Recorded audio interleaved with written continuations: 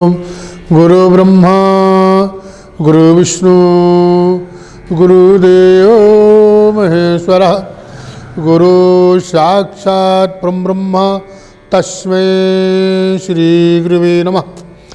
ओम अखंडमंडलाकारं व्याप्तं येन चराचरं तत्पदं दर्शितं येन तस्मै श्री सद्गुरुवे नमः। हरि ओम सहनावतु सहना भुनक्तु सह वीर्यं करवावहै तेजस्विनां धीतमस्तु मा विद्विषावहै। ओम शांति ओम शांति ओम शांति। बोलो आनंद कंद भगवान की जय। सर्वप्रथम अपने परम पूज्य प्रातः स्मरणीय सद्गुरुदेव के चरणों में अनंत कोटि ब्रह्मांड नायिका अनंत कोटि वैदिक मंत्रों से श्री सद्गुरुदेव के चरण कमलों में कोटिशाह नमन करते हैं। सभी को कहीं भी जब तक मनुष्य इधर उधर संत महापुरुषों से अपने माता पिता से बुजुर्गों से आशीर्वाद नहीं लेता लेते रहना चाहिए। जब तक आशीर्वाद नहीं लेता उसका कार्य सफल नहीं होता। सफल तभी होता है ज़िंदगी में अपने सम्मानित जनों को, वरिष्ठ जनों को, अपने माता पिता को, सभी को सम्मान करना चाहिए। प्रातःकाल सायंकाल जब भी बाहर जाएं, बाहर से आएँ अपने माता पिता के श्री चरण कमलों में नमस्कार करें, उनके पैर छू के आशीर्वाद लिया करें। इसका एक बात बताता हूँ। एक बार भगवान महर्षि नारद जी कहीं जा रहे थे विष्णु लोक को। रास्ते में उनका भक्त मिल गया, कोई भक्त। उसने कहा महाराज आइए आइए आइए आइए, जलपान कराया उनको। उन्होंने प्रश्न किया भगवान नारद महर्षि नारद जी से कि आप कहाँ जा रहे हैं। नारद जी ने कहा मैं विष्णु लोक को जा रहा हूँ। तो उन्होंने भक्त ने उनसे निवेदन किया कि महाराज हमारे बहुत समय हो गया विवाह हुए और अभी तक संतान का सुख नहीं मिला। आप भगवान जी से ये प्रार्थना कीजिएगा, पूछ कर आइए कि हमारे को संतान सुख कब मिलेगा।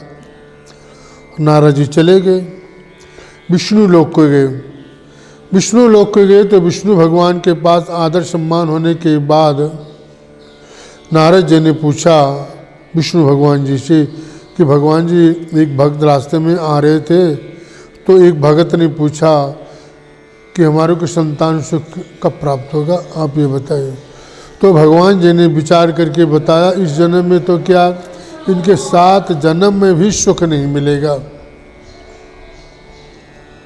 इनको 7 जन्म में भी सुख नहीं मिलेगा संतान का।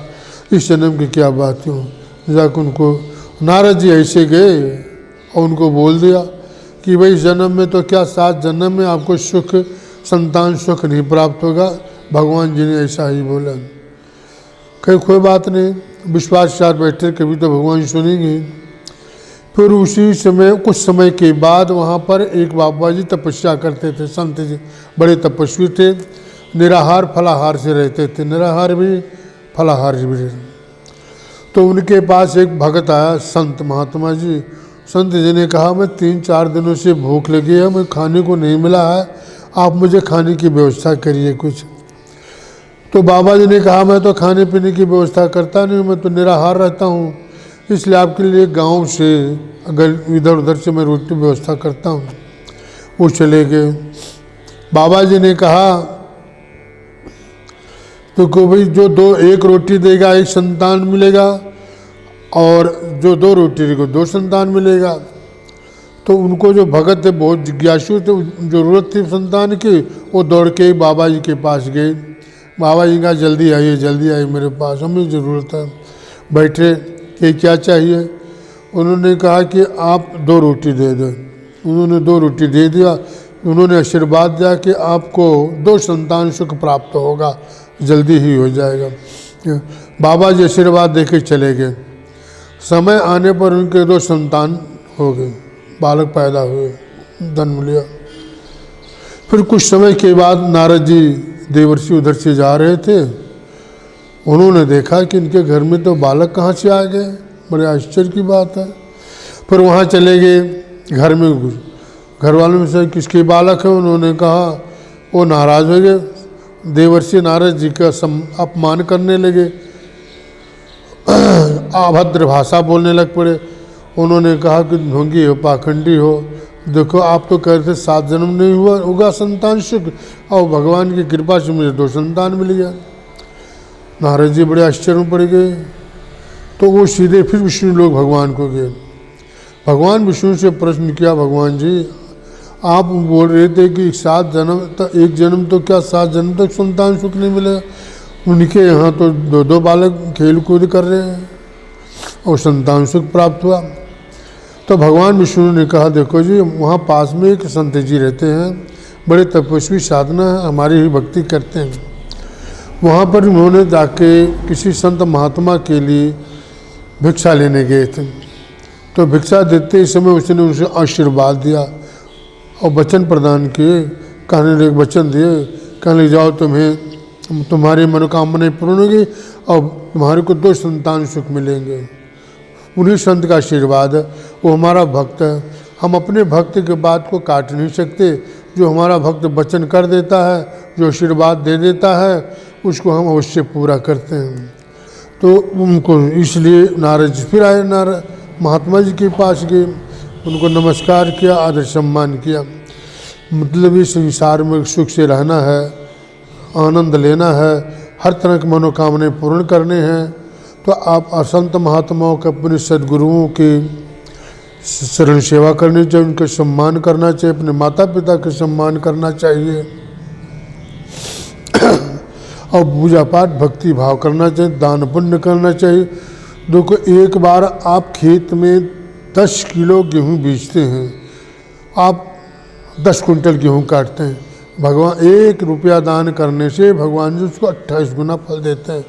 जो समय पात्र काल के अनुसार जो दान पुण्य करता है, दान देता है, सेवा करता है, तो उसको भगवान अनंत गुना फल देते हैं। और श्रद्धा भाव प्रेम लगन से होने से, प्रदर्शन की भावना ना हो, दिखावा ना हो, तभी भगवान से कामनाएं पूर्ण करते हैं। इसीलिए भगवान के हमेशा चरण भक्ति करनी चाहिए। भगवान जी के अलावा संसार में कोई साथ देने वाला नहीं है, अगर साथ देते हैं तो भगवान जी दे, लेकिन पहले हमें सच्चे मन से बिना दिखावा के उनके चरणों में जाना चाहिए, तभी भगवान मेरी कामनाएं पूर्ण कर। अगर दिखाने के लिए जाएंगे, लोगों बताने के लिए जाएंगे मैं भक्ति भाव करता हूँ, तो भगवान इस तरह कोई भी संत महात्मा वचन नहीं देता ना सुनता। इसलिए सच्ची लगन से जाना चाहिए। बोले आनंद कंद भगवान की जय। हरि ओम पूर्णम।